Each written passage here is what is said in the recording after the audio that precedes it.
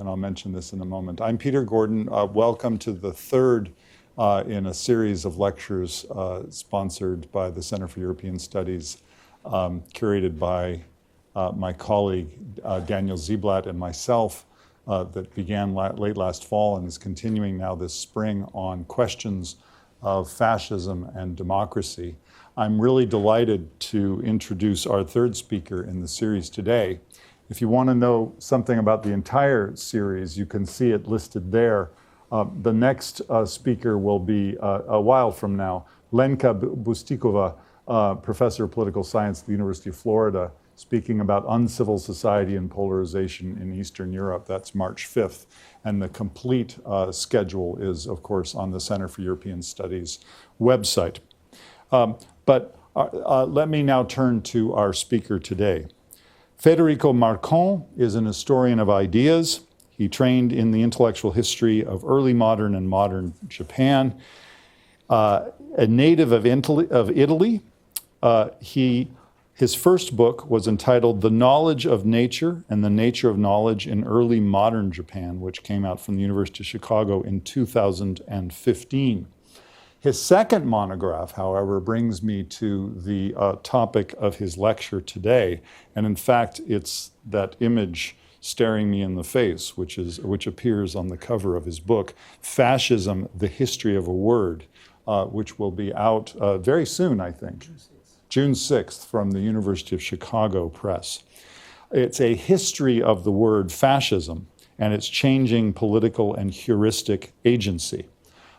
This is a really fascinating topic and one that's of great interest to me, and it really lies at the very center of our concerns this spring with this series as to how we use the word fascism, when it's a suitable word to use and when it's inappropriate.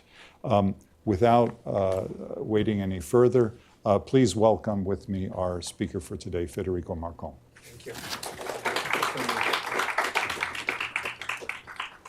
Thank you so much, Peter, for the kind introduction. Thank you all for being here. Thank you, Daniel Ziblatt and the Minda de Gunzburg Center for European Studies, to inviting me to come to talk to you about my last work, my book. And I like to call it my bad idea, and I've been working on it for the past 8 years. A bad idea under so many perspectives. If you're a graduate student or if you are a junior professor, don't do this. This is something like an Habilitationenschrift. It's writing a second book in something that is completely unrelated with the first one. It doesn't work in the United States. But in any case, I'd like to start with 3 disclaimers. The first is that I don't like really to talk about articles and books that I publish.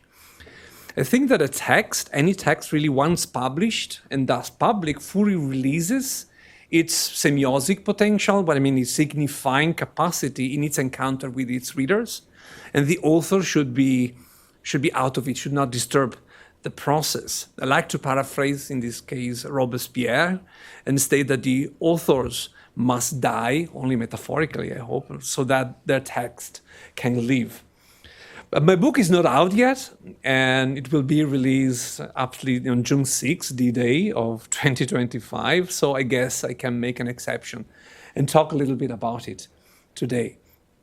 The second disclaimer is that for me, this book is more important for the methodological, also called theoretical points that it makes than its content proper. I guess this is often the case for many scholars, but for me, this book in particular was an exercise to see if, and if successful, to show how the analytical practices of interpretive semiotics that I learned from Umberto Eco contributes to intellectual and conceptual historiographies with a richer perspective and historical grounding. The third disclaimer is that with this book, I wanted to defend the right of scholarly reflection and analysis, and if necessary, rigorous conceptualization, and not a public intellectual, not for lack of concern, but simply because I don't think I'm actually good at it. Most importantly, though, I believe that time to think rigorously should not be compromised or blackmailed for the anxious frenzy that the urgency of the present often demands. Hence the title of my talk, inspired by a reply that the detective monk of Umberto Eco's The Name of the Rose gives to his disciple Azzo of Meg, who pressured him to intervene on the question of heresy. We should do something, something must be done.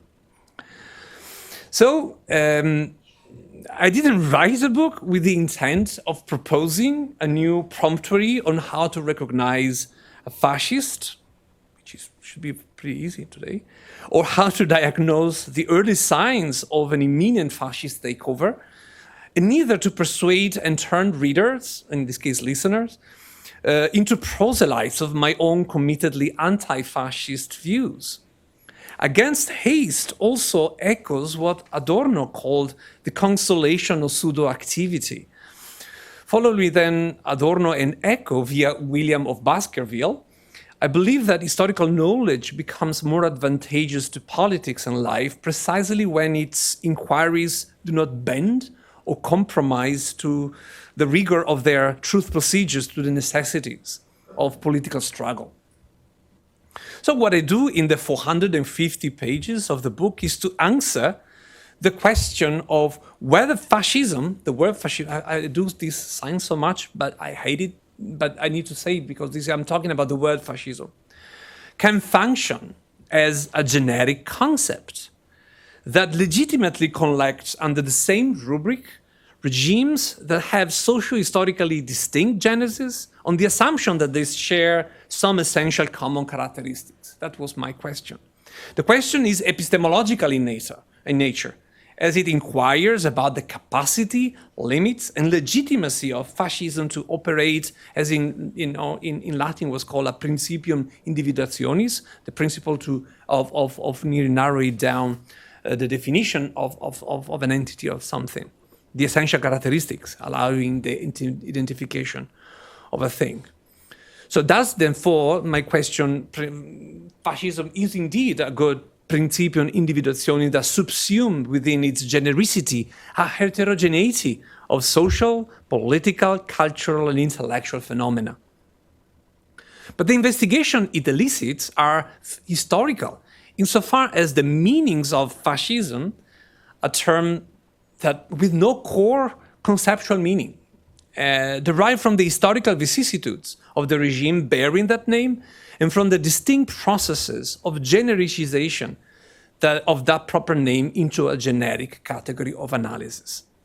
So the bulk of the book reconstructs and maps the multiplications of the meanings, usages, and referents of fascism from its coining in 1919 to the present, by way of its movements around the world, across languages, social groups, and political interests, and through intricate intertextual and intersemiotic networks. It does not just dissect the complex semantic palimpsest or compound of the term, as if the meaning of words were something that naturally and stably they'd stably contain, simply awaiting conceptual historians' excavation of its orderly structure. Rather, and here I follow Eco's interpretive semiotics, it reconstructs the production of the key semantic markers of fascism, the different kind of meanings, by different historical actors, Mussolini, fascist authors, anti-fascist activists, post-war historians, post-war social and political scientists, artists, philosophers, and so on. But also the interpretive habits that these meaning-making acts elicited. And I'd like to start from the end of the book, because mostly I really excavate a large archives of texts to find, the evidence of form of stability of certain kind of these semantic markers. And at the end of the book, in the last chapter, I come out with a schema in which I summarize all of these different semantic markers. I won't read it all, and probably I don't know if you can even read it. And I'd like to start, as I said, at the end of the book when I propose a different schema where I schematize the different semantic markers, both denotative and connotative, added meaning, and the rules of their disambiguations among specific social groups and in different social historical contexts have been conventionalized since 1919. So for me, the length of the book is finding these evidence of conventionalizations of some of these meanings and tracing and locating these conventional usages and meanings of the term in certain particular social groups and texts. Now, I start from fascio, which Wikipedia tells us that is the origin of the word. But indeed, fascio is a complex term. It means just bundle of things. Initially, bundle of pen, a bundle of branches, and so forth. It was famously the symbol of the imperium during the Roman Empire, and during the Renaissance and the modern period, some of a symbol of a good government. After the French Revolution, it became a symbol and used as a symbol the fasces victoriae of republicanism, so that you can find Abraham Lincoln sitting on two fasces victoriae. You cannot say that Lincoln was a fascist, right? But he sits on the Lincoln Memorial over two fasces victoriae. The fasces victoriae are the symbol of the Senate, and so on. You find it everywhere in the United States. But that is a symbol of republicanism. It became, and the early instances that I found is 1871, the name of labor unions, first in Florence, then in Bologna, and then in other cities. And it was the generic name for a labor union or associations.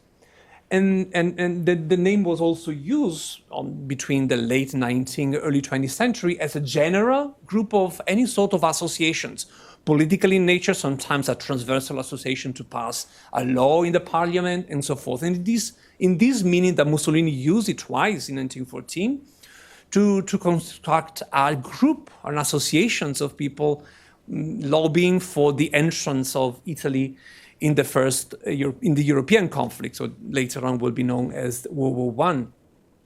And he gave and used the meaning of fascio after the war in 1919 to initiate really what will become along the way fascism. So fascio has all these meaning and usages connected to that.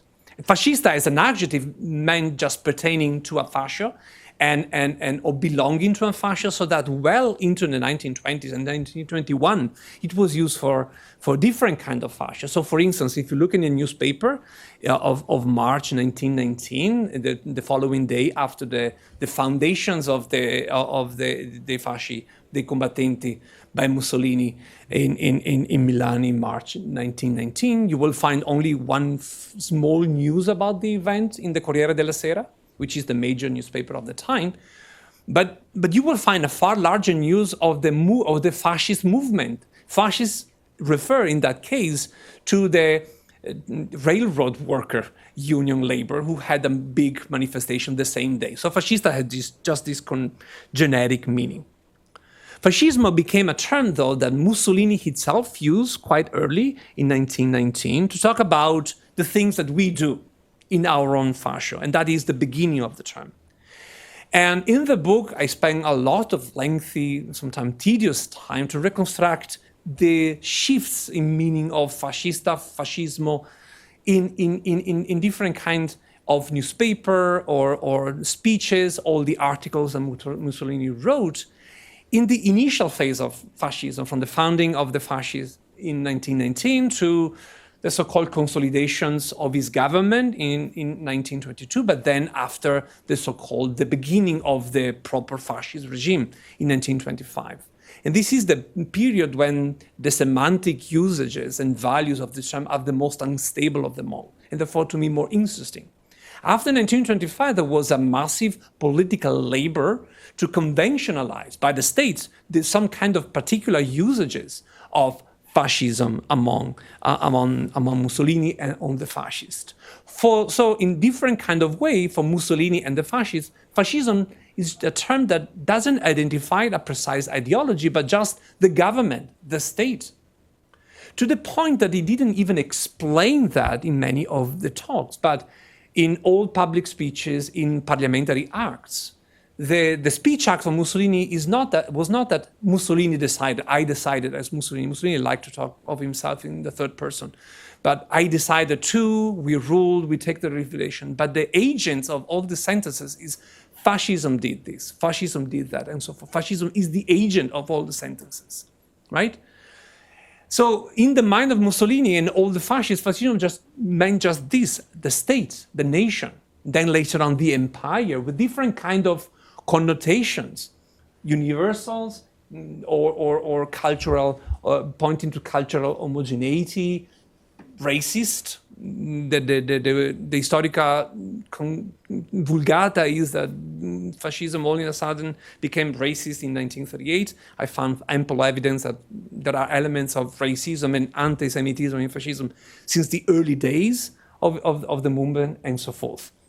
So what distinguishes fascism from other form of counter-revolutionary authoritarianism of the time is that Mussolini didn't spend much efforts to find a big book, a so-called Mein Kampf-like Bible to distribute around, but it operated through very small essays or newspaper articles or proclaims of speeches and so forth. Then in the book I follow all the attempts of the anti-fascist meaning of fascism. How the anti-fascists signify fascism? What do they mean by that? And you find clusters of meaning that are different among what I call the conservative liberals, the progressive liberals, and the Marxists. They have three different clusters of signification and so forth that I here schematize, but there are different kind of variations that eventually conventionalize in certain kind of constant meanings. I use liberal in the book and today not to mean liberal in the US English sense of left-leaning or left-wing. I mean vaguely liberal in the European sense or the sense of the time, meaning of pertaining to a certain form of democratic representative government, believing in this form of government, of people's sovereignty and so forth, different kind of declinations from a limited suffrage like Benedetto Croce to universal suffrage of other more progressive liberals. And I distinguish between conservative liberals and progressive liberals. And each of them has radically different understanding of what fascism meant and was, and how they triangulated their own definition, not only to what fascism or the fascists told them and talk about themselves in what way, but also what they did as political practice and so forth, right?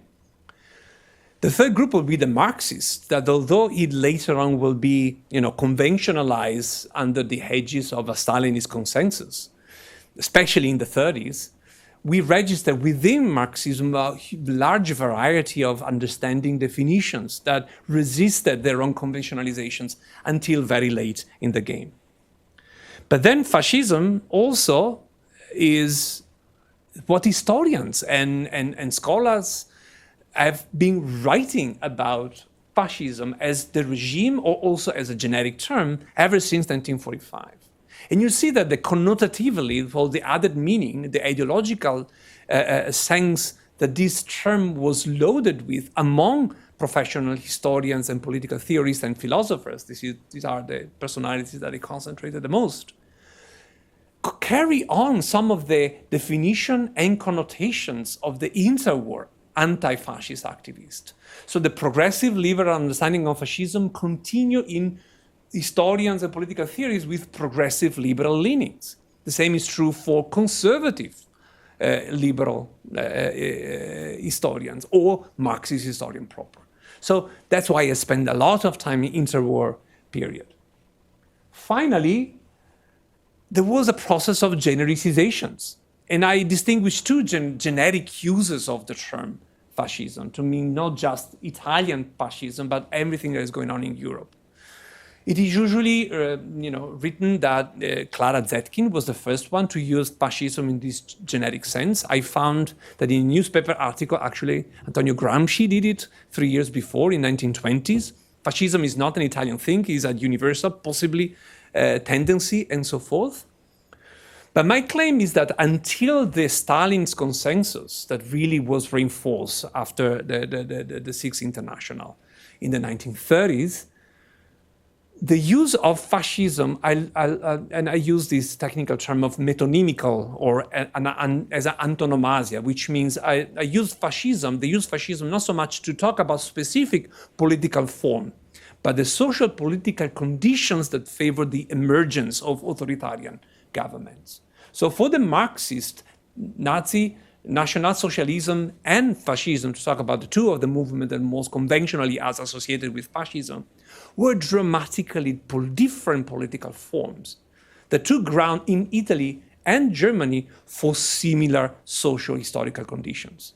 That is why I insist on this generic use of fascism among the Marxists, because it's purely antonomastic. They didn't want to reach a consensus of an ideal type of fascism, as the post-war attempt was to find the definition of fascism, right? I call it the fascist minimum school, and you can, date it from Ernest Nolte, 1963, that's Fascism und Design, to even though he rejected the usage of fascism as an ideal type, even Paxson at the end ends his fantastic book with a definition.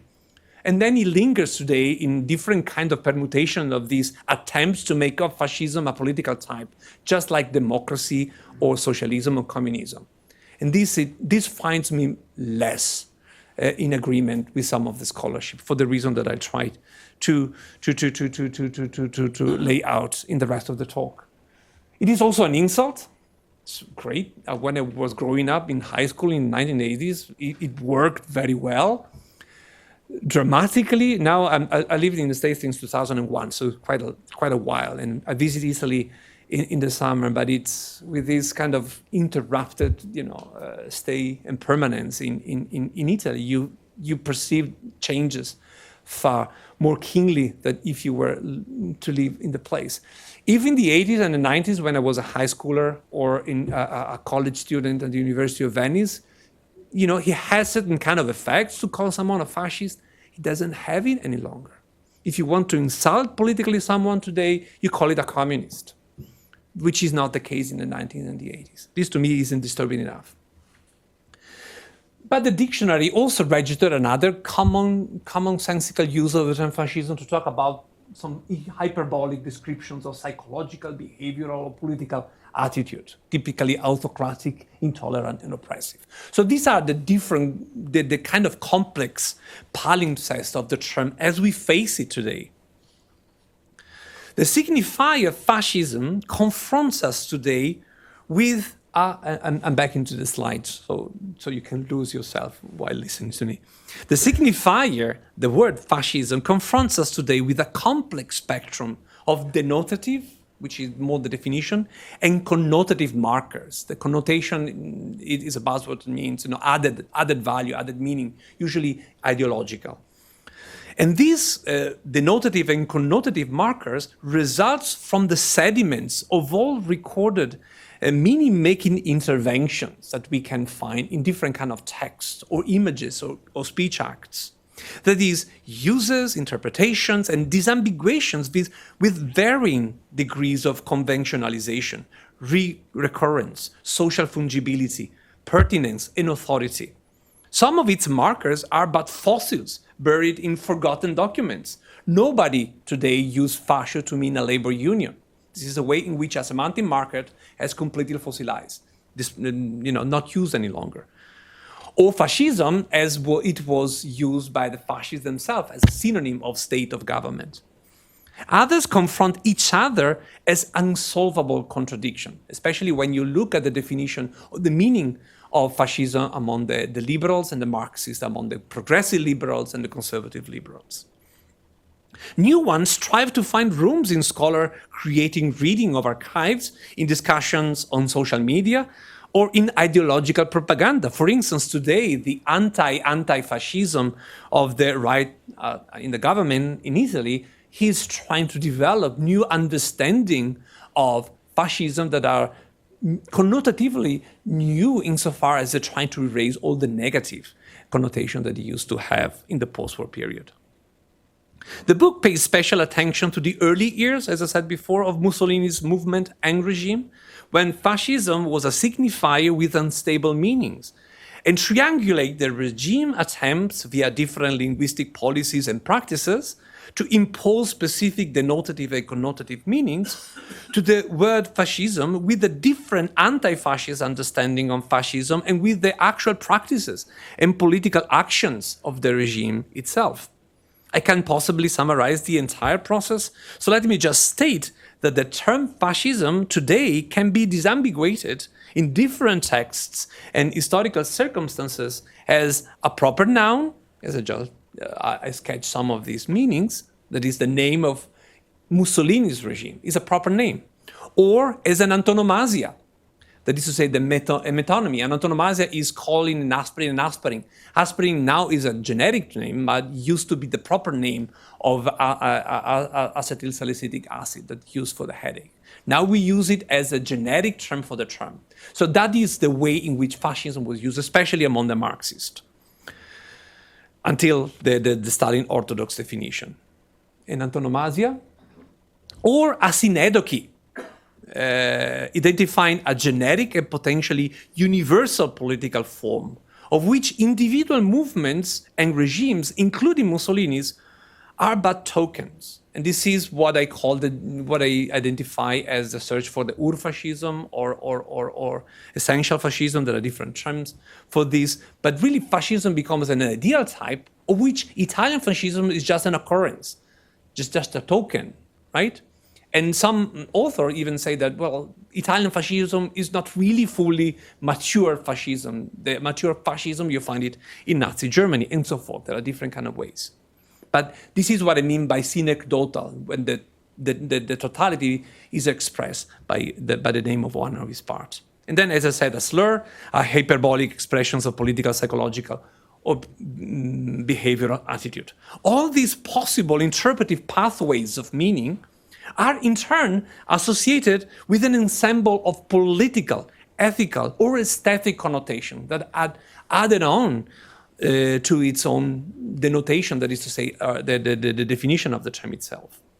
My surveys of the uses and interpretations of fascism in the interwar period and then since 1945 reveal that its semantic compound consists of denotative and connotative markers that can often be mutually contradictory or even antinomic. Fascism, that is, triggered disambiguating processes that were aporetic or contradictory, not just in texts of interwar fascists and anti-fascist activists, both of which groups obviously bent their interpretations of the term in support of their political persuasions and different interpretations of fascists' deeds, but also in the research of historians and political theorists since 1945. The contradictory understandings of fascism can be traced already in the historiography on Italian fascism, but they are particularly evident in the generic use of the term as a potentially universal category. The political connotations of the various studies of fascism produced after 1945 are clearly discernible in scholars' interpretations of the documentary archives. Whether fascism intended specifically as Italian fascism or generically as a political type was a form of authoritarianism directly linked to the communist revolution of 1917, as, for instance, conservative liberals like Benedetto Croce, or Karl Popper, or Friedrich von Hayek, and many others sustained, or whether fascism was a third way purporting to be an alternative to both capitalist liberalism and communist socialism, as some progressive liberal historians like Mosse and Emilio Gentile sustained, an excess of nationalism and militarism that was a consequence of the social, economic, and political crisis set in motion by the First World War, like progressive liberal like Salvemini, Piero Gobetti argued, or the political form that capitalism assumes in order to survive in periods of structural crisis, in Marxist critiques. All four are aporetic explanations that cannot be disentangled simply with more archival research. They depend directly on a scholar's own political persuasion or dispositions. Incidentally, I have to say that these are just symbolic placeholder.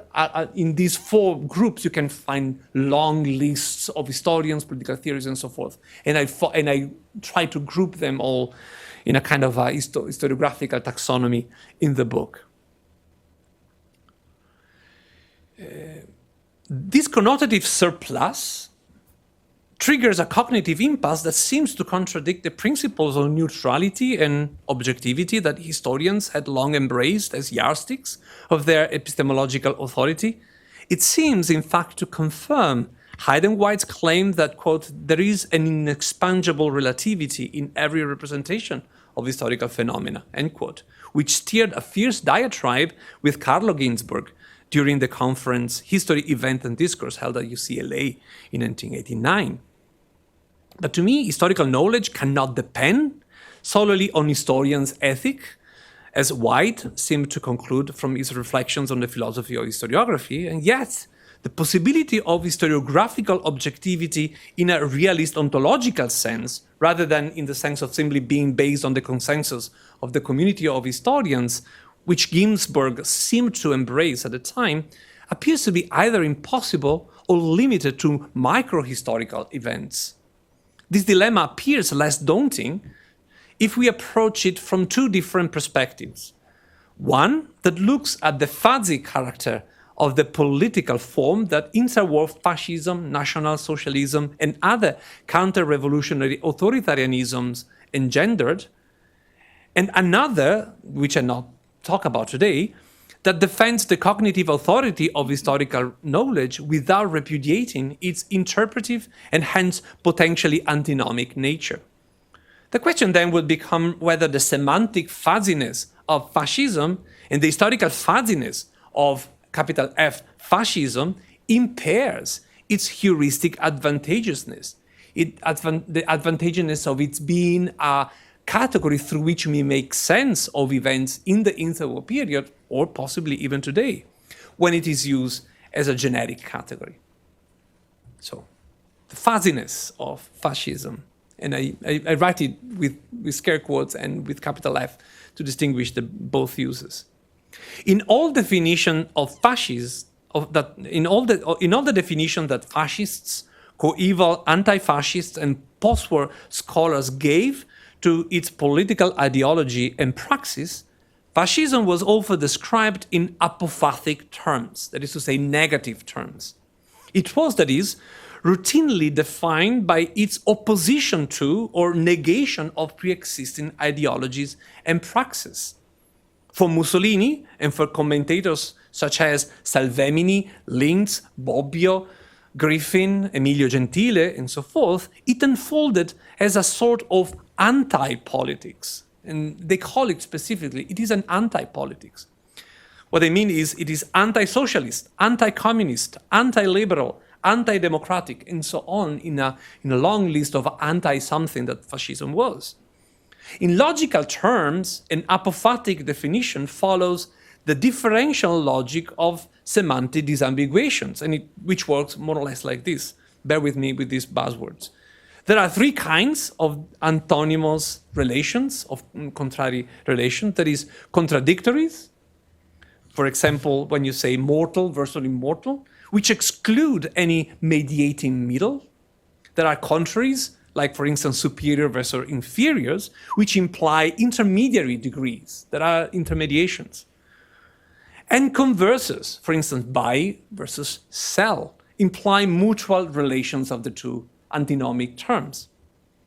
In the book, I show how fascism was often defined as contrary or contradictory to pre-existing political forms. So, for instance, a progressive liberal like Norberto Bobbio developed an antinomic conception of Italian fascism that described it as contrary to communism and contradictory to democracy. So remember, so contrary means that it's like superior and inferior. It has certain kind of middles. It's kind of a ranges in between. But it was definitely contradictory to democracy. Whereas for conservative liberals like Benedetto Croce or Karl Popper and so forth, it was contradictory to liberalism and the converse of communism. There are two faces of the same issues for most of them. And for a Marxist like Togliatti, it was the converse of liberalism, contradictory to communism, and we may add, congruent with capitalism. So the recurrent apophatic rhetoric in fascist and to some extent Nazi self-definitions, as well as in anti-fascist and post-war scholars' descriptions, is suggestive of a political ideology that depends on pre-existing ones. In the ideological strategy of fascism, capital F, the term fascism was positioned in a sort of equidistance from or equinegation of a set of established political forms, but without whatever ensued being clarified in positive terms. For instance, Mussolini, like many post-war historians, defined fascism as equally opposed to democracy, liberalism, communism, and other political systems or ideologies. Before Mussolini's rise to power, this strategy was born out of the necessity for Mussolini to distinguish fascism not just from other dominant political ideologies, but also from a traditional praxis of party politics that he condemned. After 1922, it helped consolidate the ideological view that fascism, rather than a particular specific political form or party, was nothing but the state, the purpose of which was to bring to full completion the destiny of the nation it led. This is the way in which Mussolini insisted to use the term fascism after he got to power. During its 20 years of power, capital F, fascism developed into a seemingly identifiable political form, as Emilio Gentile cogently argues, despite its reliance on apophatic self-definitions, in a doctrine that insisted on action rather than thoughts, directed by an explicit pragmatism rather than normative doctrinarism. But the inherent contradictoriness of the composite semantic markers of fascism complicates the disambiguations of both its ideological self-definitions and the incoherent ensemble of practices and deeds made in its name. The contradictoriness is evident in both fascist archives and in scholarly works published since the end of the Second World War. For instance, fascism was anti-liberal, or at least declared itself to be anti-liberal, but it did not replace liberal institutions with alternative ones. It often kept them and slowly repurposed them or emptied them of significance. But that happened only after the intensifications of the war in Africa, the colonial moment of 1935 and 36, and the beginning of the total war of 1949-45. It declared itself to be anti-socialist, but to a certain degree, it shared with interworld socialist movements a tendency toward state-centrism and paramilitary activism. It declared itself to be anti-democratic, yet it remained first legally bounded to the Statuto Albertino, the constitutional charter of the Kingdom of Italy, which he never replaced or refused.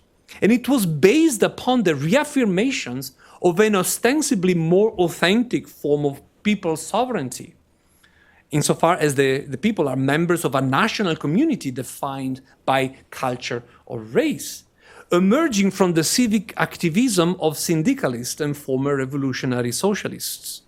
This is the meaning of fascism as a labor union or movement that was established since the late 19th century. Mussolini famously defined fascism in this early stage as the only authentic political response to the rise of people's hypertrophic demand for democracy and participations. We are the proper answer to this demand of the people, and therefore we are an authentic form of democracy. So Mussolini claimed, while claiming at the same time that fascism was anti-democratic. Fascism ranted against bourgeois capitalism, and yet it never really dismantled the institutions of private property, the private ownerships of the means of production, and market economy. I can expand, if necessary, on this last point about fascist corporativism in the Q&A afterwards. Suffice to say that fascist corporativism, at least until total war ensued, was not contradictory to capitalism, but actually congruent with it. Rather than nationalizations, the Institute for Industrial Reconstruction, the IRI, that was established during the crisis of the early 1930s, operated via bailouts or purchase of stocks of major failing industries, without, however, changing the managerial structure of major industries. The corporatist promiscuity of the state and private spheres, the structure of the Italian system of production after the crisis of 1929, is symptomatic of the inherent ambiguities in design observable in many regimes conventionally identified as fascist. Adam Tooze wrote a long book on Nazism, proving similar points. These ambiguities favor the production of mutually contradictory but equally legitimate and empirically sustainable interpretations of fascism by Marxist and liberal historians. Surely a genuinely transnational approach would suggest that in the circumstances of the economic crisis of the early 1930s, and especially during the total war of 1939-45, differing regimes, liberal democracies, counter-revolutionary authoritarianisms, and Soviet-style communism tended to develop similar strategies. The question of the aporias or contradictions of the term fascism can be addressed from a different perspective, though. Historical judgments on how much fascism was imbricated with capitalism, affirmative for the Marxists, negative for liberals, are inevitably trapped in indeterminacy deriving not only from the complex imbrication of fascist institutions and ideology with pre-existing conditions, but also from the fuzzy nature of the question itself. The third way fascism, that its adherent, Mussolini, but also Hitler used the conception of third way, purported to pursue, and that many post-war historians, I'm thinking about Nolte, Mosse, Griffin, Emilio Gentile, among others, believe expressive of these regimes on their own terms, appears in fact to be a pastiche or a patchwork of elements from pre-existing regimes and ideologies rather than an actual alternative. It surely cannot be persuasively argued that counter-revolutionary authoritarianisms did not have the time to create new institutions and practices, since Italian fascism remained in power for over 2 decades. The inherent fuzziness and contradictoriness of fascism, the words and the thing, can be thought of as deriving from the fact that the regimes and ideologies that this term is supposed to identify seem to be made up of bits and pieces of other ideologies and political institutions. Interwar counter-revolutionary authoritarianisms took on the semblance of a sort of political monster, a composite hybrid of different strategies, institutions, and conceptions borrowed from other political forms. Fuzzy here, and I repeated this term many times, should not be understood in the common sense of vague or ambiguous, but rather in the logical senses of having degrees of applicability, truthfulness or existence, or else as having separation from other conceptual spheres that are not clearly discernible. It is fuzzy logic guiding a judgment that attempts to systematically resolve identificatory, taxonomical, or definitional problems. For instance, is fascism a sort of capitalism? Is it a sort of socialism? Through the discriminations of qualities, part of the definitions, that are in fact not distinct but a matter of degree, with no clearly discernible confines. Bluntly put, asking to what degree Italian fascism had to reproduce the structure, dynamics, as institutions of liberal capitalism in order to be understood as belonging or not belonging to it is a question as logically indeterminate or fuzzy as asking how many hairs should one have in order to be called bald. This is what fuzzy logic means, right? Operate. It is on the basis of this logical fuzziness that the political inclinations of the scholars who research fascism conceived of it as closer to liberal capitalism or Soviet communism, independently of the rigor of their archival investigations.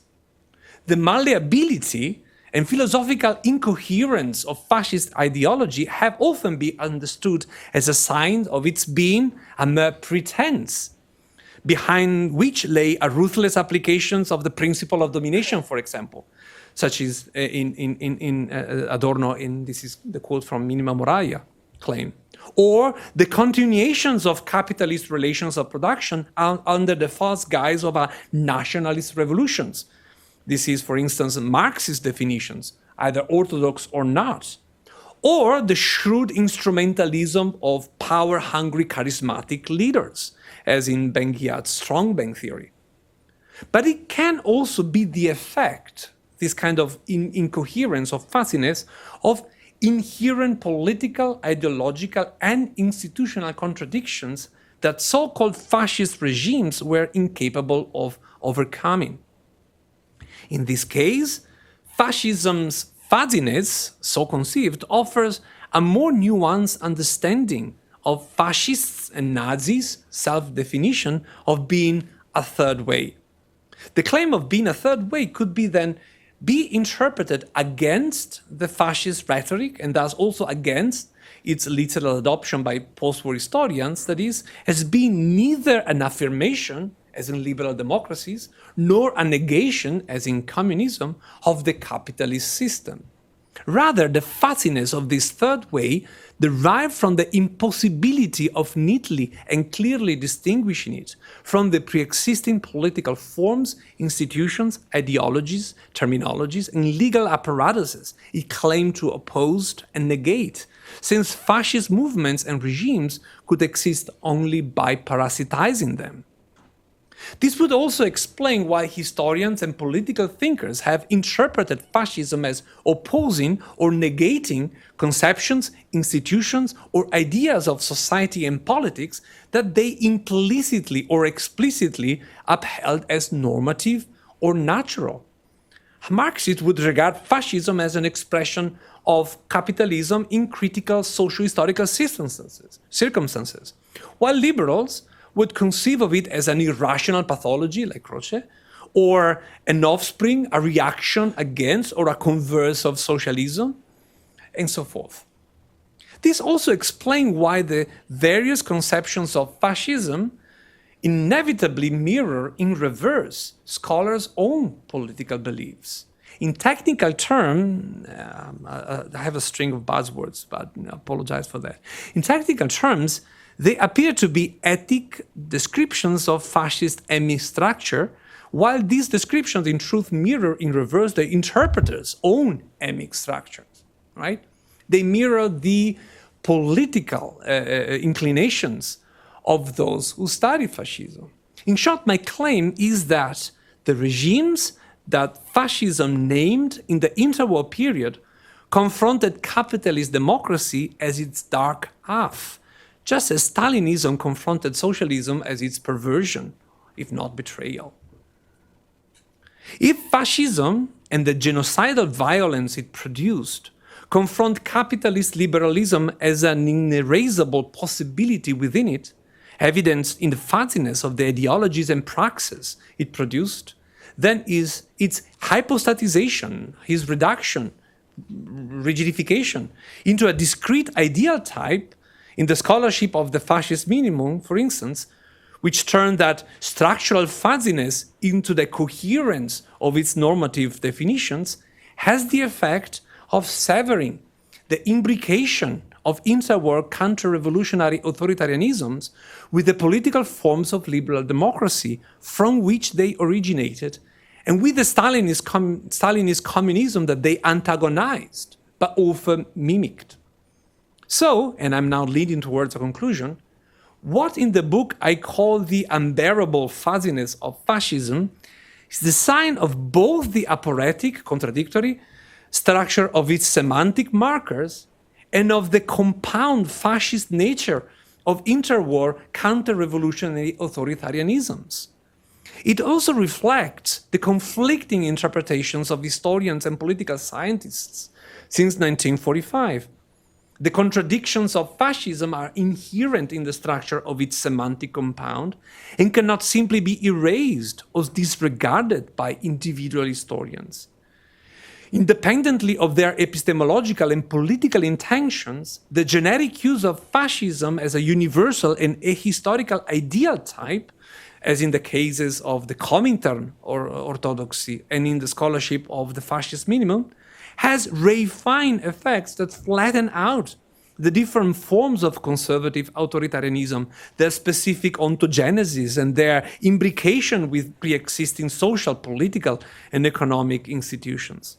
Paradoxically, it hinders the heuristic possibility of a comparative and transnational study of different forms of coeval authoritarianism. Its epistemological and political advantages are immediately erased by the disadvantages of its unrestricted use. Despite the fact that fascism has a long history of legitimate use as a heuristic category in the works of historians, social and political scientists, and philosophers, it seems nonetheless condemned to an irresolvable epistemological inconsistency and interpretive fuzziness.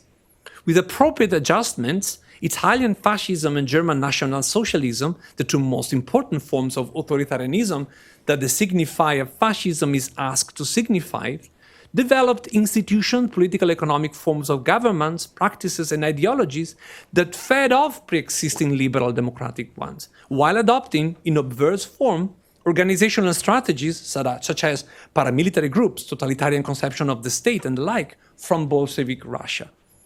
Despite various attempts to define it as a third way, an alternative to both liberalism and socialism, fascist activists and ideologues could not describe it theoretically, nor transform its practice into a political form that did not parasitize the pre-existing ones. The fuzziness of the denotative and connotative markers of fascism does not only mirror the historical indeterminacy of counter-revolutionary authoritarianisms and the oppositional definitions of fascist and anti-fascist commentators in the interwar period. It is also reproduced in the post-1945 scholarship on fascism.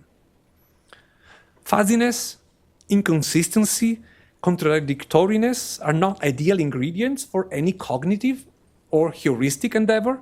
Yet, the fact that the signifier fascism has been used for more than a century as a generic term for interwar forms of mass-based counter-revolutionary authoritarianism cannot be simply dismissed. Indeed, historical semantics demonstrates that the rise, fall, and mutations of words, concepts, and denotative and connotative markers are never ultimately the effects of individuals, but of the linguistic practices of the entire community.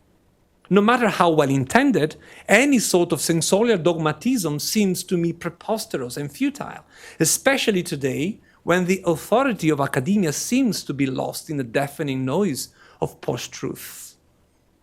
I think that in light of the political indeterminacy of the regimes it intends to identify, of the fuzziness of its semantic markers, and of the interpretive nature of historical knowledge itself, the generic use of fascism as heuristic category cannot be conceived except in terms of the cognitive advantages and disadvantages it affords. On the one hand, if not used as a universal ideal type, it may favor comparative and transnational analysis that can shed light on analogous sociopolitical ontogenesis as well as similarities or dissimilarities in strategies, organization, and ideological constructs of different authoritarianisms. Despite Samuel Moyn's hesitations in the famous article on 2016, it seems to me that when performed in unambiguously comparative terms, and thus making explicit historians' interpretive labor that the proposed comparison implements in different historical contexts, it may be advantageous for the generation of new and creative perspectives on the interwar period, and maybe even on today's predicament. On the other hand, the refined effects of this determinist and reductionist genericization And I refer here to the most formulaic cases, such as Stalinist orthodoxy and the literature on the fascist minimum, as well as its uncritical use in the most recent scholarship of global fascism, may lead to falsifications that veil or obscure the specificity of certain authoritarian forms, especially in historical contexts outside Europe and beyond the Transwar period of 1914-1945.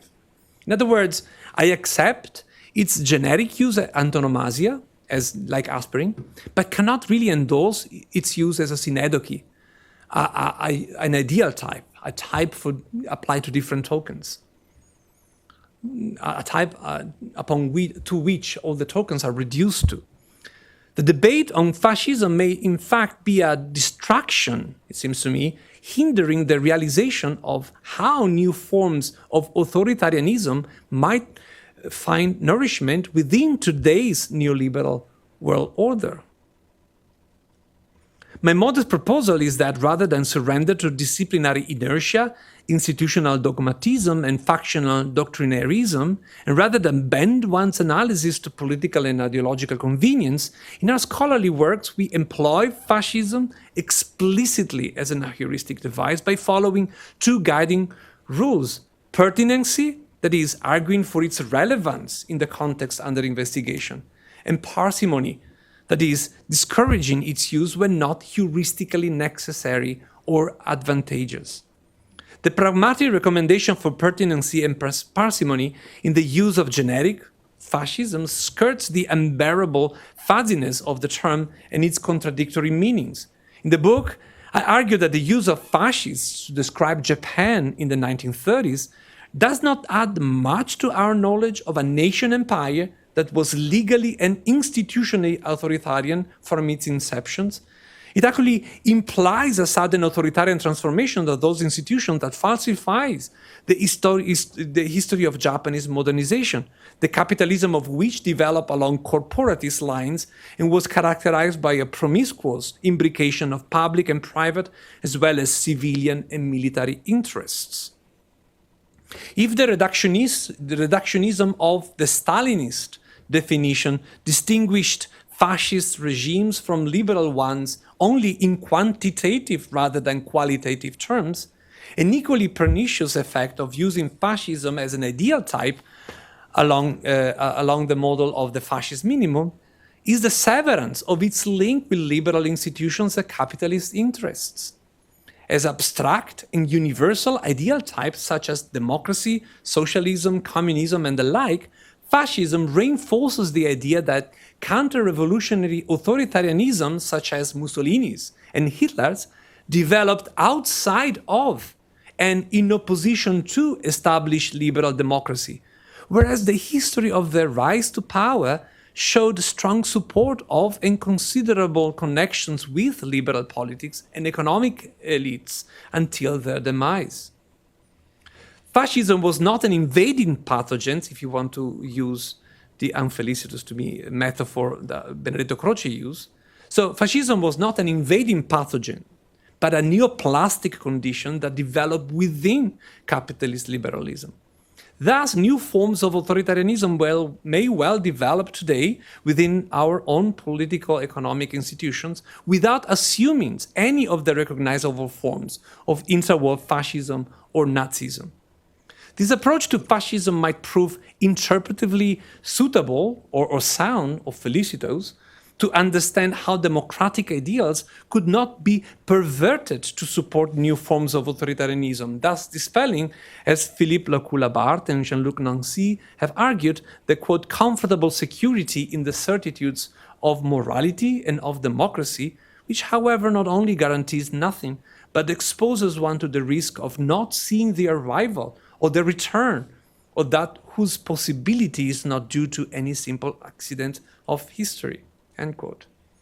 A history of the word fascism is ultimately an exercise in understanding political ideology in action in terms of the meaning-making apparatus, which operates contemporaneously in a multiplicity of semiotic systems, linguistic, visual, auditory, corporeal, ritual, practical, etc. Language is not a mere means of communication. Words are not just anchors to universal concepts of objects in the world. We live immersed into semiotic system in which language plays a fundamental regulatory role that constitutes the conditions of possibility for us to have experiences of the world. Roland Barthes hyperbolically denounced language as fascist, Le Leçon of 1977. But contrary to this boutade, I think that it is in our linguistic production as individual and as member of society that the possibility of emancipation obtains. The emancipatory potential of language lies in the unveiling of the different processes of meaning making and the social practices that these processes elicit. To me, and I return here to my third disclaimer, defending scholarly works, scholars' role today is to help our students and our readers to take care of what in buzzword is called semiosis, of the real process of meaning making and its proper functioning, to care for its capacity for truth-telling, as well as its polysemic potential, universal accessibility, and effects in society and the world. It's not a case that all fascist regime tended to simplify language, impoverishing it of its semantic potential. I have no doubt that academics, our position within society, and the authority and fungibility of our voices today have been radically reduced since the end of the 20th century. If we learned anything from Pierre Bourdieu, then we'd know that the hierarchical positioning of different groups within a society is well beyond the ability of a dominated group like scholars to control. I don't think the answer is to become all public intellectual, serial posters in social media, or pop philosophers. Theory itself is a form of practice. Language is itself a powerful means of social intervention. My work on fascism confirmed it, because Mussolini was very keen in policing the use of language in its own society.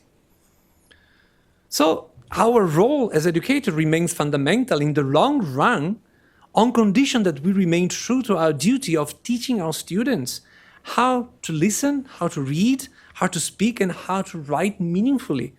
We should take seriously the words of our vice president when he said that academics are his enemy. We truly have the potential of being the enemies of any form of authoritarianism. So this exploration of the historical conditions of meaning making in the political discourse of fascism, as well as in the scholarly analysis of that discourse, will ultimately be useful if it helps the reader to realize that the means of linguistic production must ultimately be collectively owned by all. And I think I stop here. Thank you.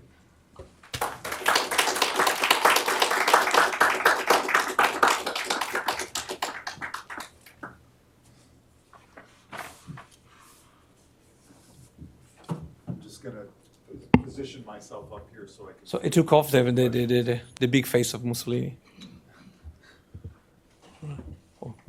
Federico, thank Yeah. you so much for such an intellectually stimulating, theoretically rich, sophisticated talk. I'm sure there are many questions, and my role here is simply to just keep note of who might can signal sit, to right? me. If you feel like sitting, please do go ahead. It's all up to you. Please. Yeah. Well. Hi, my name is Will Callison. Yeah. I'm a lecturer in social studies. I have a question about the application of the word fascism outside of Europe, which of course is like a big part of the scholarship on fascism in Paxton and Griffin and others. You know, there's sections moving through different examples from Argentina to different authoritarian forms to kind of essentially discriminate between fascism as an application or authoritarianism. And I found it interesting that I might have misheard or just missed other references, but the one case where you said fascism is not applicable is mid-20th century Japan. Oh, Japan in the 30s, yeah. or you said or. Yeah, Japan in the second half of the 1930s, Right. leading to the war. Yeah. Right. And well, I guess my first question would be, could you either repeat or elaborate why you would like to exclude Japan? I think particularly interesting, obviously, because of your previous work, but also because of the perhaps contemporary implications of thinking about that question in the mid-century. It would be Japan vis-a-vis Germany, but in the present we're seeing what one could call a fascist or a far-right international, where there's a kind of mutual influence and different iterations of similar forms that are transnational in character. So I guess the narrow question would be say more about Japan, but the broader question is how to think about that transnationally at that time and then today. Yeah, that's a fantastic question. So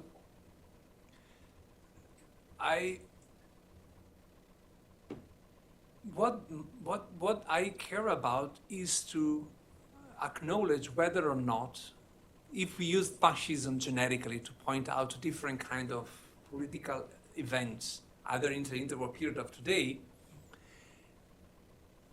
convey its full epistemological potential of making sense of what's happening, right? My claim is that if we rely too much on a fixed definition, then we lose a lot of what's going on. So if we return in the context of the world, in the late 1920s, but especially 1930s, we find two processes.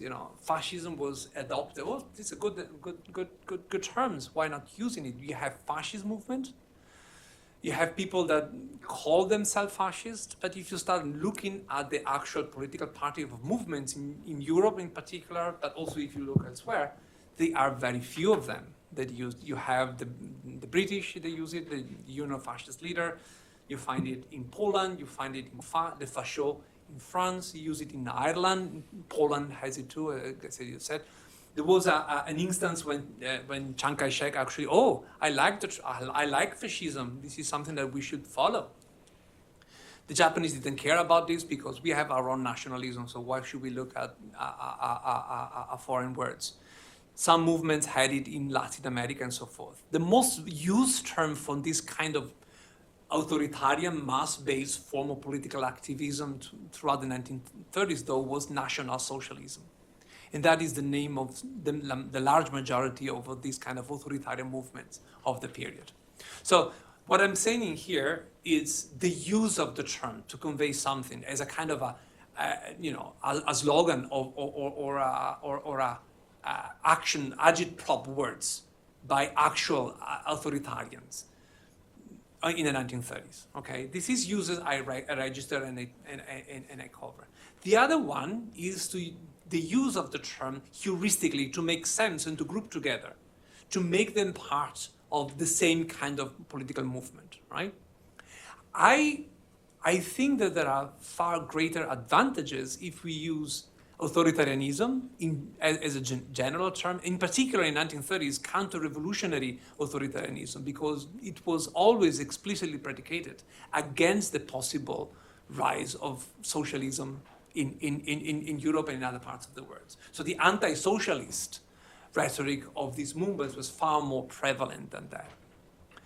But then, since in most usages in the last 30 or 40 years of the term fascism is the one reducing it to an ideal type, carrying with it a specific understanding of fascism, severing it as an oppositional to liberal democracy, to me stopped to be relevant cognitively to what's going on at the time, because the large majority of fascist regimes actually were deeply imbricated with the liberal institution. Liberal means, certain form of representative government and the capitalist mode of production.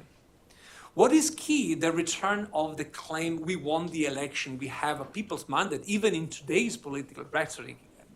Basically, I don't want to name countries. It's easier probably to name countries that don't use this kind of rhetoric today, is once again to do the tricks that Mussolini had at the time to say we are an actual more authentic form of people's sovereignty, because I answer to your own claims and I make a form of government, since fascism doesn't mean anything, it's just the state, the government, that gives you direct voice. Of course, that is played out in the petrified ideology, as Emilio Gentile said it, or this ritual of the rallies, when he found the actual pact with the people emerging from the ground in that particular one as an evidence of people's legitimacy, of people's sovereignty. They never negated people's sovereignty, any of these movement. Why not Japan? Well, I think that it will, well, in part because I'm a specialist of Japanese history, so I became fastidious in the use of the term. Like all specialists, you should tend to be fastidious when something don't apply. It is remarkably, if you do the history of the use of the term fascism for Japan throughout the historiography, ever since the war to the beginning of the 21st century, there was almost universal rejection of the term. That didn't depend on politics. You will find conservative historians like Ray Schauer here at Harvard claiming that Japan was not fascist, it was ultranationalist. But you also have Marxists like Nelson or other rejecting the term for Japan because Japan was something else. Saying that Japan in the 30s was not fascist doesn't mean it was a democracy. It was actually an authoritarian state, I claim. Then the expert debate will be what sort of democracy was Japan in the 1920s. Sometimes it is used the term of democracy.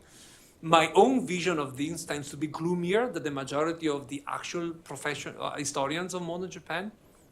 The Constitution of Japan gave sovereignty to the emperor, so the people did not have sovereignty. There was not a legal use of the term citizenship. There was no representative government. There were male universal election in Japan, but they only elected representative in one house, and none of these representatives ever made an executive. There was no check and balances, no division of powers. Everything was derived by a clique and a bureaucratic system that depended directly on the legitimating power of the emperor. So claiming that Japan in the 30s was not a fascist doesn't mean that it was a democracy. It was a thoroughly authoritarian and imperialistic expansionist state at the time. It didn't need to be, you cannot point out to any kind of fascist revolution, any changes in institution and so forth. So it was just an instifications of pre-existing institutions that were already said at the beginning. So what to finish up my too long answer to your question, what I care about is not whether we use fascism or not. One of my nostalgic moments is that I cannot use fascism as an insult any longer to people. I miss that from my youth, right? But whether or not it is useful to really make sense of specific form of authoritarianism that surround us today, and the different form of authoritarianism that actually emerged in the 1920s and 30s. Because you can see different, very specific differences between Nazi Germany, fascist Italy, or the tendentially authoritarian regimes in Spain and in other countries. So is fascism really convenient? Please introduce yourself so that everybody. I'm Marcin Kilanowski, a visiting scholar here from Nicolaus Copernicus University in Poland. In Poland, it's still a word that it's used and it means when somebody calls someone a fascist, that it's a bad thing.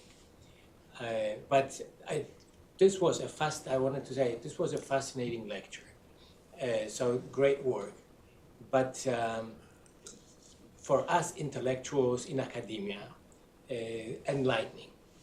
But for the general public, now the question is, are we facing fascism here in the United States? If we look at the book of Madeleine Albright, Fascism, A Warning, should we be afraid of what's coming? In Poland, when we lived through the rulings of the Law and Justice Party, which were called by that word by many, should be worried? What is the descriptive meaning nowadays, right? If we go into your description, that it may mean this, may mean that, and public may no longer be alarmed, as for example, Timothy Snyder would like the public to be alarmed, and he gives reasons why we should be alarmed these days, because he sees certain things that appeared in the past and they do appear nowadays. So what do you think about that? Yeah. The present value of calling by that name particular situations and realities that we are facing. That's fantastic.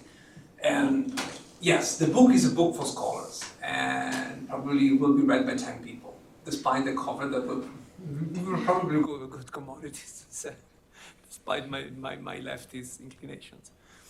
Let me give you two answers. The first one, I answer you with a joke. I need to remember in answering your question that I am recorded. So I need to pay attention how I answer your question, okay? This already is an answer to your question. The real answer is that I claim that you don't need the word fascist or fascism to be scared today. Because then it is much easier to get into the game, oh, was that the sign that was really a fascist salute? Or was it not just an expression of unbearable happiness and enthusiasm? Are they really replicating? It's so easy to dismiss. You don't have marching people. You don't have, different factions expressing their own political inclination to different sartorial choices. This is a fantastic quote from Mark Mazower, right?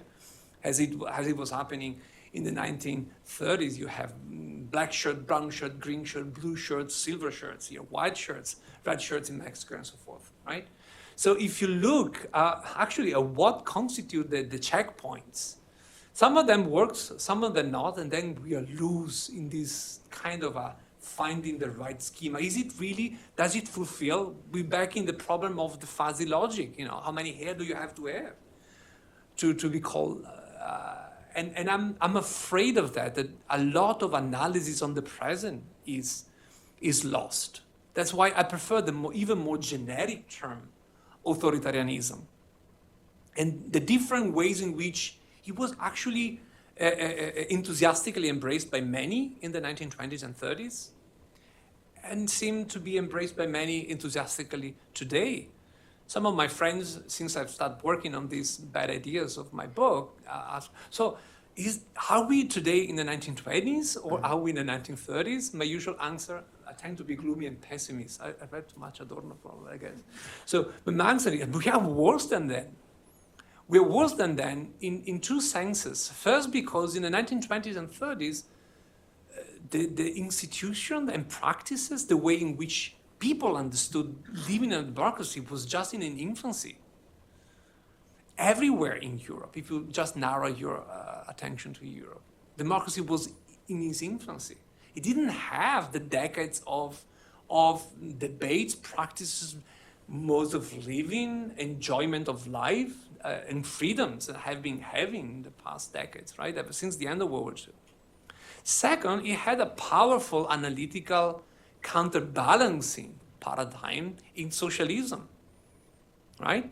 That is completely lost. And that brings me to the final point of why I am anxious every time fascism is used, because it has been used far too often as an ideal type that is conceived as something antagonistic to liberal democracy or liberal capitalism, whatever you want to call it, something that comes the outside to pervert it.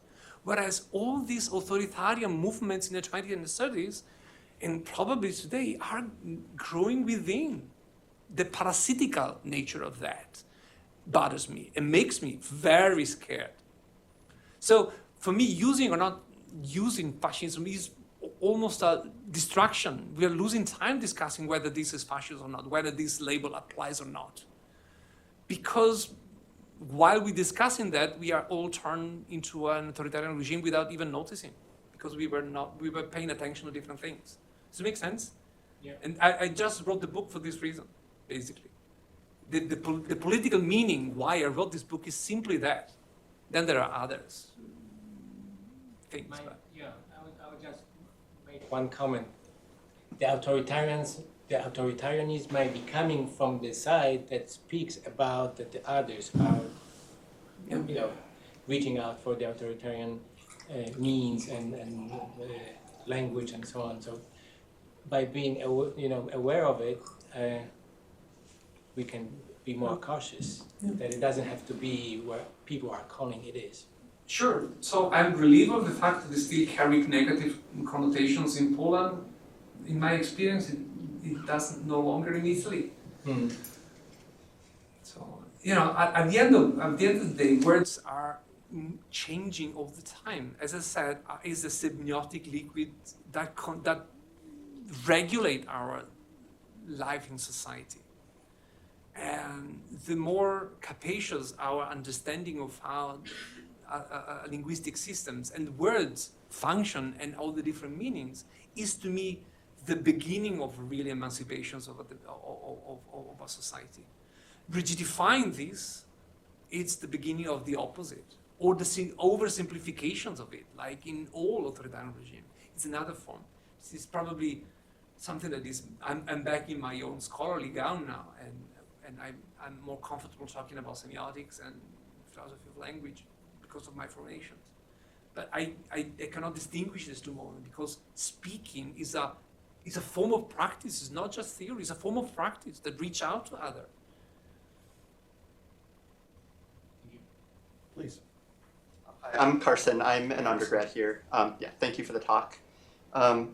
So some of the usages of fascism that you talked about, like the ones where you talked about it sort of growing within a system, the conservatives and the communists and the socialists all sort of had different stories for how it emerged and related to sort of the other ideologies.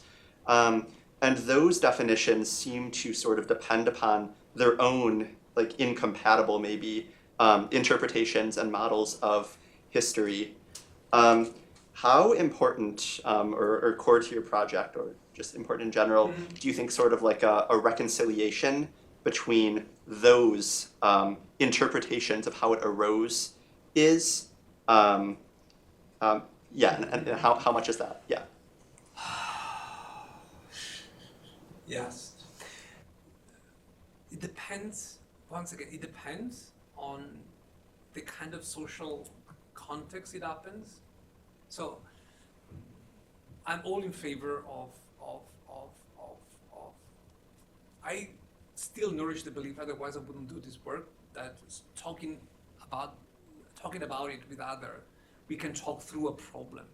Because the act of communication implied not only the desire of reaching out to others, but use words in a way that convey meaning that is fungible, that is understandable by others. So there is this kind of dispositions, but it hasn't a concrete effect in reality. So on the ideal level, I'm all with Habermas in this regard, right? It's what is the basic of a democratic possibility of life, right? But then certain terms carry with them, loaded with certain kind of other presupposition, because we are not talking about aesthetic ideals or other, but we're talking about something that has to do with the way in which a society is organized. We're talking about a term like fascism that talk about the form of a government, the form of mediations through which any sort of governance should operate. Okay, the notion of mediation I didn't talk about. I talk about a little bit in the book. Is fundamental, because the question of sovereignty is always a question of how many intermediary stages that exist in a representative democracy. You elect your local representative, who in turn go there. There are stages which create a sense of mediatedness that the authoritarian refuse. We give people immediate access. Why do they have this sense of immediacy? Because they come to my rally, right? So many authoritarian movements of mass-based authoritarian movement have this kind of rejecting mediations, right? So back to your questions. One of the obstacles to reaching out an agreement has to do with the tendency we have to understand a particular organization of society, a particular organization of the state as natural, right? And the fact that you can have so many different conceptions of a society, of a state, is because we understood them as being the result of natural tendency. in my first book, I wrote an entire chapter that is called Against Nature. Nature is the term that I like the least. We should not never use it. There is nothing natural in the way a society is organized. It's a result of history. It's a result of negotiations. It was supposed to be embedded in the very notions of the social contract of the Enlightenment. They didn't use the word contract just because it sounded good. It emphasized that unnaturalness of that is an agreement. It's not a fact of nature, right? But then, in order to agree on this, we need, for instance, to start thinking about other social processes as non-natural. So, you're an undergrad. What is your major? You're an undergraduate or graduate student? I'm an undergraduate. And what is your major? Philosophy. Philosophy. Have you? No, I know that you took. You should. If you are in economics, as you said before, you must take macroeconomics classes, right? If you look at the textbook, start count how many times the adverb naturally or natural is used whenever any sort of monetary events are described, right? So if we live in a society that understands economic relations as being based on a natural logic, then we will never reach an agreement that such as the one that you really aim to. Because we understand certain kind of economic relation as natural, so there is nothing we can do. We just study it as a natural phenomenon. It's not a part of a contract. Or it goes to the fact that we have social classes or hierarchical organization of society. Hierarchy doesn't need to be based upon a model. You just have to have an educational system that costs as much, or a health system that prevents so many members of society to have a healthy life because they cannot access the health system. These are ways in which, through practice, not necessarily through concept, society is constructed in a hierarchy. But you conceive of this hierarchization of society in natural terms, then how can you reach an agreement? So I wish we could. I'm gloomy and pessimistic, so I'm sorry. I want to bring happiness to all. But... Yeah. Thank you so much for your talk. You should introduce yourself. My name's Hannah. I'm an undergraduate at the college in social studies and philosophy. And I'm interested, so you sort of ended your talk and spoke a little bit about language and academia and everything these wonderful things can do for us. And I think it's interesting to think about that in terms of, you also mentioned sort of in alignment with Paxton and maybe some other theorists, that fascism, one of the characteristics of it is maybe that it's more about what is done than any sort of coherent ideology or, we could say theory or language. And so I guess I would just be interested to hear more about your reflections on that lack of theoretical underpinning and sort of what we should do with a political form that eschews consistency or language, and if you think that this is something that is specific to fascism or if you can see other political forms. It's a fantastic question because it gives me the excuse to talk about something that I really care about. Sometimes even among academics, scholars, there is this kind of discussion about, empirically oriented history or theoretically oriented history. There is a praxis and theory. I cannot see the distinction really to have any source of sense because there is no social practice that is not based on something that has the nature of a concept.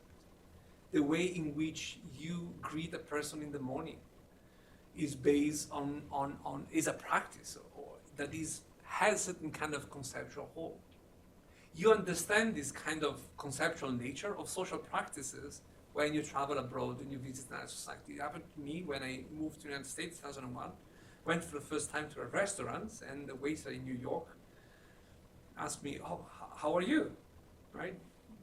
And I didn't know that it's just a form of greeting the guy that didn't care at all how I was doing. I thought, well, I'm jet lagged. He was clear in his face, right? But he couldn't care less. But this is a form that we are so habituated to perform that we lose consciousness that this is a form of what I call the conventionalization of meaning, right? It's a conventionalization of a certain kind of social relations. Meaning of terms work in the same way.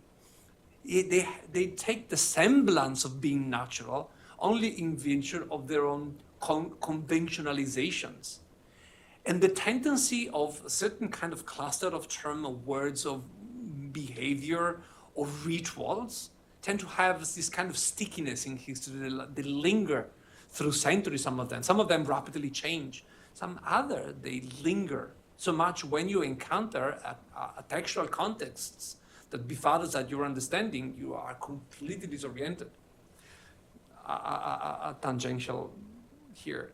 We give for granted that subjective and objective has a specific meaning that you don't even think about. But then you start reading early modern texts, the texts that I was trained to, you see that they use subjective and objective in opposite sense of as the way we understand them today. So if you don't have this semantic knowledge of philological knowledge, you are completely lost in a text. But it is the moment that you realize that conventionalizations of a term means that it is a form of historical and therefore social, the result of process of negotiation and so forth. If you ask me why there is this kind of tendency for the stickiness, for the resilience of certain kind of meanings, is precisely for what you asked before, for the necessity that we have to communicate with one another. In stable societies tended to have stable meaning of words. In order to reaching out, this kind of there was a linguist, Noel Geis, that have a whole book on this.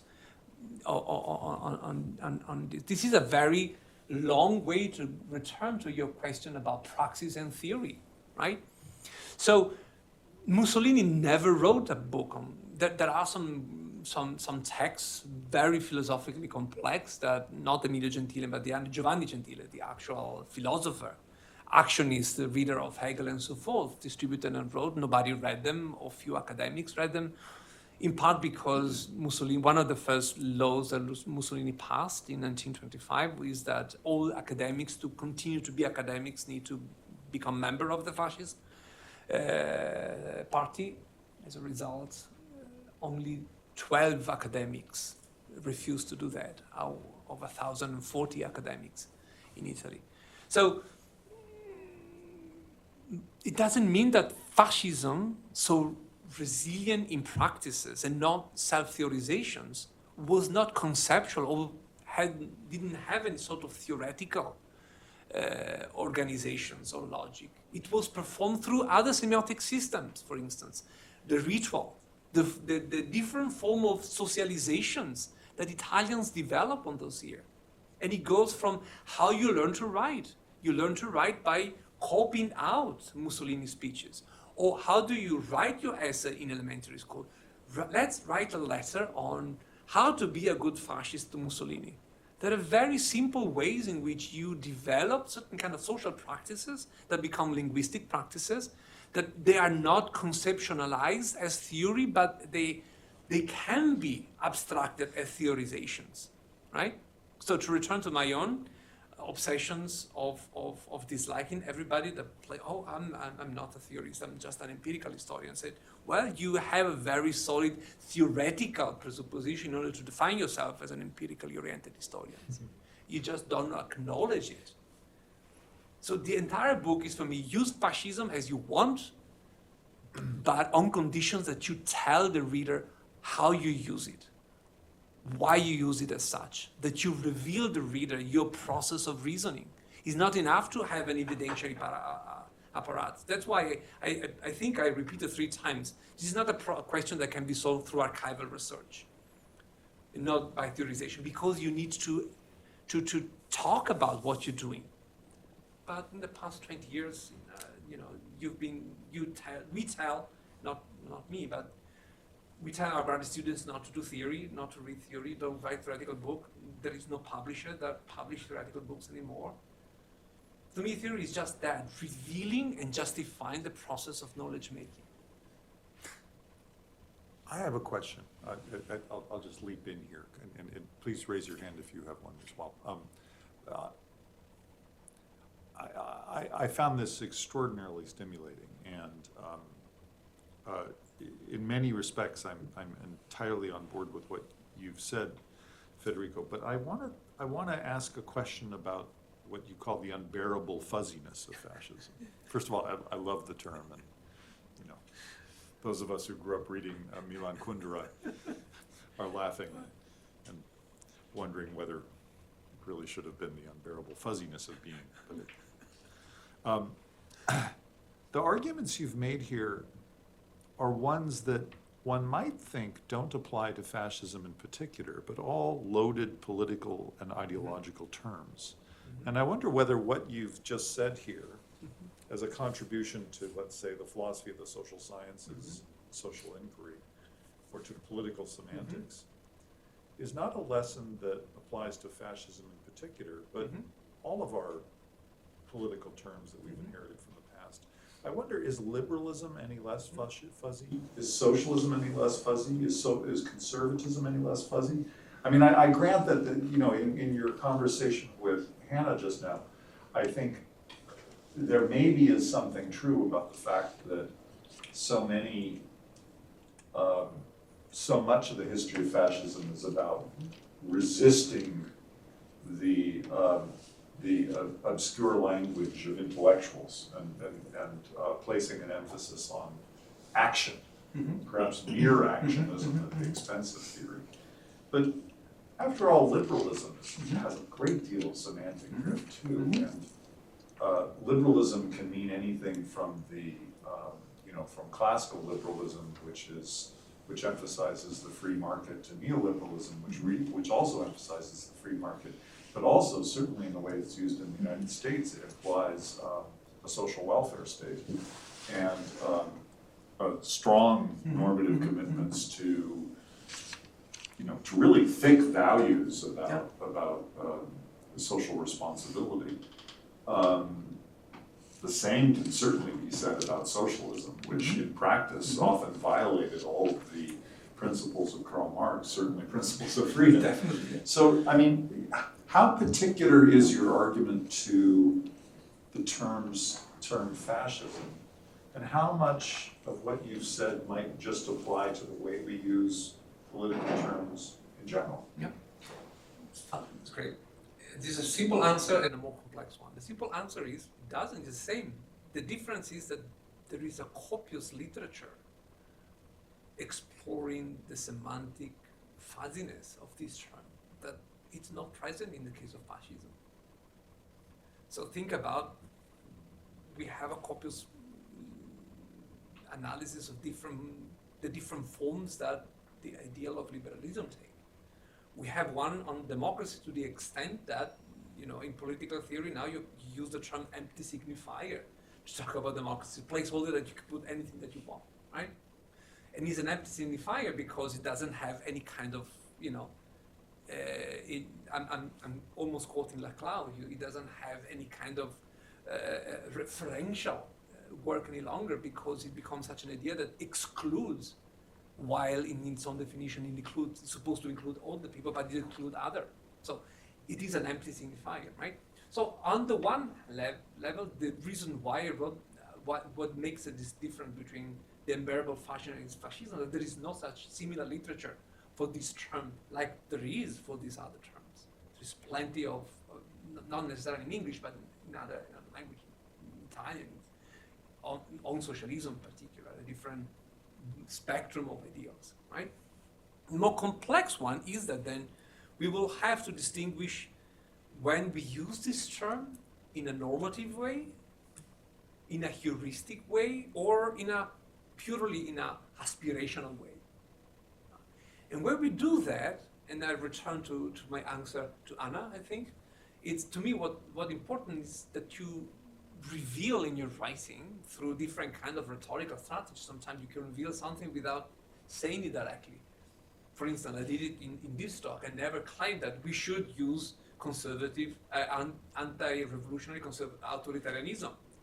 But in way of repeating over and over this term instead of fascism, I make the claim without directly making the claim that this should be a better term to talk about this. It's a rhetorical way. But to return to this question, we need to explain when we talk about something, the way in which these terms are used. If this sometimes it happens, sometimes it's not. Sometimes democracy remain an unbearable, fuzzy, empty signifier. Sometimes it becomes loaded, and it might become weaponized to defend the emancipative potential that it contains in its own definitions. So, for instance, today should be reloaded rather than making it fuzzy, and loaded with particular kind of, equality of access, education, and so forth. Different kind of forms, right? But this is a use different of the terms that when we use it to make epistemological judgment, which is the heuristic use. So how can you use this term in order to make certain kind of evaluation of the kind of society? For instance, the problem that I said before in the answer to the other questions. The problem of Japanese fascism is that it's predicated against the situation of the Japanese society in the 1920s, that it's called democracy. So an historical research will be how well the structure of the society, the political possibility, the social trajectories abide to a certain kind of notions of democracy and then you give the definition, right? So the unbearable fuzziness of most of political terms, it is as such because of the different ways in which they are used. My claim is fascism was never actually conceived as such, but always rigidified in a very specific definition. Thank you. Yeah, let's see. We'll go for one more question. Actually, I see three, so could I collect the three and then we'll have one final response from our speaker? Please. Michael. Hi. Hi, I wanted to ask about the term authoritarianism. So you were saying that you prefer that term for usage rather than fascism as such, and I was wondering if authoritarianism itself also lends itself to the kind of fuzziness, or whether it's whether we are not exactly escaping from the problem if we just use another term, because it also is also embroiled in the same problem that Okay, we'll collect all three. Yeah. You two? My question is, I suppose not, somewhat related to the last one. I'm sorry, could you go over, I had that moment where my question disappeared. I think it'll come back. That's entirely fine. I'm Cam, first year PhD student in modern Japan with Ian Miller. okay. It's nice to meet you. So my question is about, I imagine in the course of doing this extensive survey of fascism, the term and the use of it, you must have also sort of encountered discourses on the idea of how a society slips into fascism. That is sort of one of the main idioms in which it is used now. So I guess what I wanted to ask you about is not only what you've gleaned as you've presented about the use of the word fascism and what it signifies, but how the perceptions from especially the non-fascist societies and commentators about how one becomes fascist or what it means to become fascist. Thank you. I did remember my question. Great, please. Disappeared and came right back. I suppose this is actually more building off of Peter's question. In trying to think about why some political terms might be sort of harder to wrangle than others, more kind of irreducibly fuzzy than others, what role do you think the extent to which groups actually own the terms is relevant? It seems that something that's distinctive about fascism is that today, most of the people who are described as fascist do not themselves take themselves to be fascist. And the most important historical examples are now, roughly 80 or so years old or more. Perhaps there's a similar issue, though less intense, with a term like neoliberalism, which also tends not to be owned by people, but rather to be used as a pejorative or some sort of warning. How does that phenomenon of terms being owned versus being sort of cast at others play into this issue of fuzziness? Yes, fantastic. Three great questions. I have 30 minutes, right? So there is a way in which I can put the two questions of authoritarianism and slips into to give it a similar answer. I like the idea of slipping into. So what interests me is what is the initial condition that then you slips off, let's call it the F word, fascism, authoritarianism. And in thinking about this question, why do I personally like authoritarianism? Because authoritarianism is not in itself ever used to define a specific, precise political form, but it's a tendency that parasitically perverts or change or restructure something that pre-existed, right? So, in answer to, I return to answer your question and your, so on the basis of what I just said, why is fascism not so commonly understood in this sense of unbearable fuzziness? It seems to be that I'm the first one saying that it's a fuzzy term, right? But it's not really true. But no point the attention. My suspicions, probably I'm wrong, but my suspicion is precisely because fascism never really, if you start looking at the phenomenon itself rather than the word, never really can be separated from the liberal democratic institutions that gave it birth. It's impossible to separate it, both at the level of rhetoric, but also the level of the institution before. And this kind of indecidability, another synonym of fuzziness, linger throughout the Cold War rhetoric, right? So what is a fascist in the 1960s? 1960s for the Soviet is from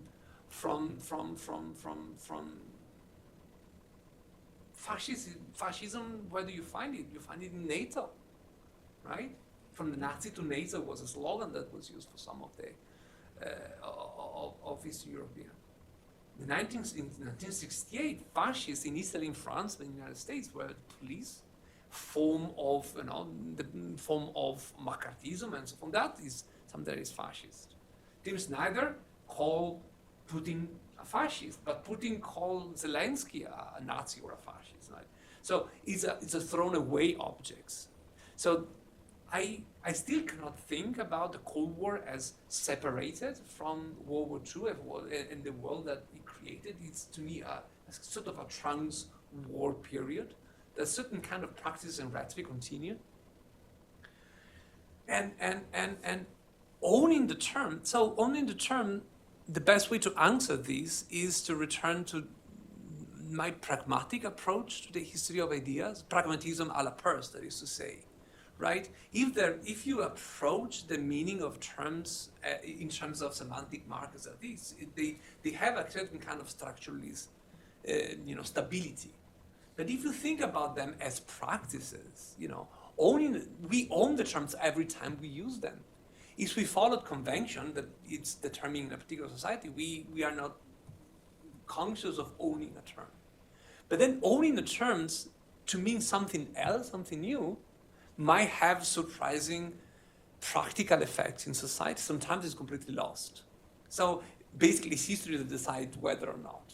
And in part that's why I refuse to embrace a more proselyting language in the book. I want to remain in an analytical sense. Because I'm not sure that one single individual can change. In history it happens, but it needs to be then becoming a social phenomenon, okay? It needs to become a social phenomenon to a certain kind of magnitude. And sometimes we can reconstruct a posteriori how it happened,